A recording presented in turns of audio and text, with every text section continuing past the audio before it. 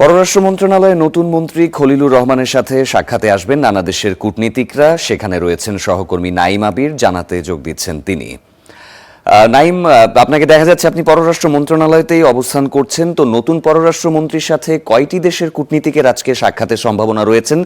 সেখানে কি কি আজকে কর্মপরিকল্পনা রয়েছে মন্ত্রীর, বিস্তারিত জানাবেন।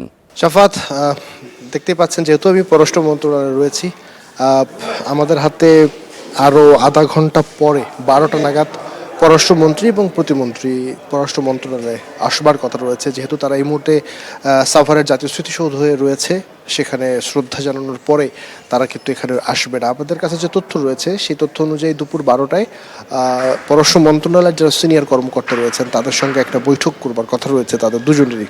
সুতরাং আমরা ধরে নেই যে 12টার কিছুক্ষণ আগে হয়তো তারা এখানে এসে পৌঁছাবেন এবং পরবর্তী সময় তারা দুজনই একটি বৈঠক করবেন তাদের সঙ্গে, এবং এরপরে বের হয়ে গিয়ে বিকেল 3টায় যে ক্যাবিনেটের সভা রয়েছে, নতুন মন্ত্রিসভার প্রথম যে সভা, সেই সভায় তারা অংশ নেবে।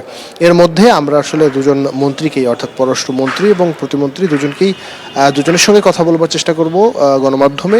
তারা হয়তো প্রথম দিনের ব্যাপারে তাদের প্রতিক্রিয়া জানাবেন এবং পরবর্তীতে নিশ্চয়ই সেটি আপনাদেরকে আমরা জানানোর চেষ্টা করব। জানিয়ে রাখি যে দীর্ঘ প্রায় 1.5 বছরের অন্তর্বর্তী সময় পেরিয়ে নতুনভাবে পররাষ্ট্র মন্ত্রণালয়ের যে উপদেষ্টা ছিলেন তৌহিদ হোসেন, এবং এর আগে কিন্তু বর্তমান যিনি পররাষ্ট্রমন্ত্রী নির্বাচিত হয়েছেন টেকনোক্রেট কোটায়, ডক্টর খলিলুর রহমান, তিনি এর আগে এখানে রোহিঙ্গা বিষয়ক প্রতিনিধি হিসেবে দায়িত্ব পালন করেছেন, জাতীয় নিরাপত্তা উপদেষ্টা ছিলেন, এবং পররাষ্ট্র মন্ত্রণালয়ের সামনে বেশ কিছু কূটনৈতিক চ্যালেঞ্জ রয়েছে। সার্বিকভাবে সেই চ্যালেঞ্জগুলো মোকাবিলা করে কিভাবে এই মন্ত্রণালয় এগিয়ে যায় সেটি আসলে দেখবার বিষয়। তো এই ছিল পররাষ্ট্র মন্ত্রণালয় থেকে আমার কাছে সবশেষ খবরাখবর।